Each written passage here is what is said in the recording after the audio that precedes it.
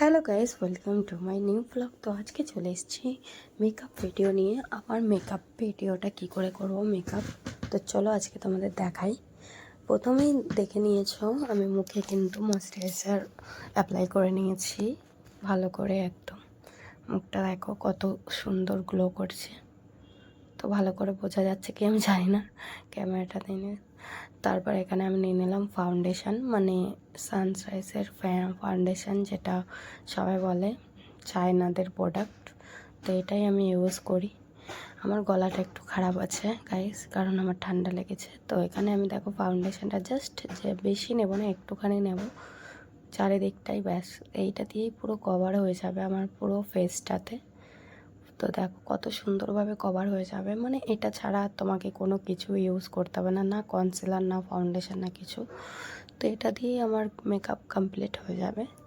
তো চলো এই দেখো আমি তোমাদের পুরো ফেসে অ্যাপ্লাই করে দেখাচ্ছি কত সুন্দর একটা হোয়াইটনেস ফেস দিচ্ছে। দেখো ভালো করে কত সুন্দর একটা ফেস হয়ে যাবে। তো এরপরেই আমি ফেস পাউডার অ্যাপ্লাই করব ফেসের ওপরে, তারপরে আরও ফেসটা সুন্দর লাগবে। তো চলো দেখো কত সুন্দর ফেসটা পুরো অ্যাপ্লাই করে নিয়েছি, দেখাচ্ছি। এরপরে ফেস পাউডার, এই যে বানানা পাউডার, অনেকেই লুজ পাউডার, এটা আমি লুজ পাউডারটাই ইউজ করতে বেশি ভালোবাসি।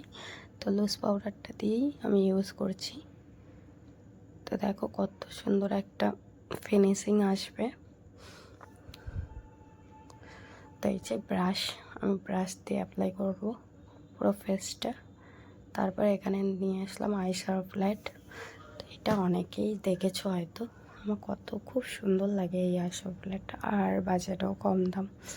তো এটাতে আমি নেব একটা হচ্ছে কালার নেব, তো যেটা আইব্রোতে লাগাবো। তো চলো এই যে হালকা পুরো হালকা ব্রাউন টাইপের, তো ওটা আমি দিয়েছি, অ্যাপ্লাই করেছি। এবার চোখের নিচে আমি দেব একটু রেড টাইপের, রেড অরেঞ্জ টাইপের চোখের নিচেটা দেবো, অ্যাপ্লাই করে নেব। তো দেখো আমার চোখটা কত সুন্দর লাগবে ফিনিশিংটা। আর এই ব্রাশটা দিয়ে আমি দেখো ব্লাশার করছি, মানে একটু গ্লো দেওয়ার জন্য, গালটা একটু বেশি ভালো লাগবে। তো এর জন্য আমি দেখো ব্রাশটা দিয়ে ব্লাশার করে নিলাম। একটু নাকে দেব, কারণ নাকটাও তো ফাঁকা ফাঁকা লাগছে, তাই নাকেও দিয়ে দেবো। সবাই তো নাকে দেয় অবভিয়াসলি, তো আমি একটু নাকে দিয়ে দিলাম। তো দেখো এইবারে আমার আইব্রোর পালা। তো আইব্রো করব। তো আইব্রোর থেকে আগে আমি মাস্কারাটা লাগিয়ে নিই। চলো এই যে মাস্কারা কনসিলারের, তো চলো মাস্কারাটা অ্যাপ্লাই করে নিই, চোখটা খুব সুন্দর লাগবে। তো চলো দেখো আমি অ্যাপ্লাই করছি কত সুন্দর করে। তো চোখের পাতাটাই বিশেষলি এটা ওয়াটারপ্রুফ, কিন্তু আমি বলবো যারা যারা মানে রেগুলার মেকআপ ইউজ করো তারা এটা কখনোই করো না, কারণ চোখের পাতাটা খুব উঠে যায়। তো চলো এবারে আইব্রো করব। এই যে এই দেখো বক্সটা, কাজলের বক্সটা খুব সুন্দর, এটা দিয়ে তোমরা আইনালারও পরতে পারো, নিচে কাজলও পরতে পারো, কিন্তু আমি জাস্ট এটা আইব্রো করি এটা দিয়ে। তো আইব্রো করা হয়ে গেছে একটা, তো আর একটা কমপ্লিট করে নিই। তো দুটোই কমপ্লিট হয়ে গেছে আমার। এরপরে লিপস্টিকটা অ্যাপ্লাই করব, নিউড শেড। তো চলো শেডটা লাগিয়ে নিই। শেডটা লাগিয়ে দেখাচ্ছি কতটা সুন্দর একটা শেড। তো দেখো আমার লাগানো কিন্তু কমপ্লিট হয়ে গেছে। এইবারে দেখাচ্ছি হাইলাইটার। আচ্ছা হাইলাইটারটা গ্লো করছে।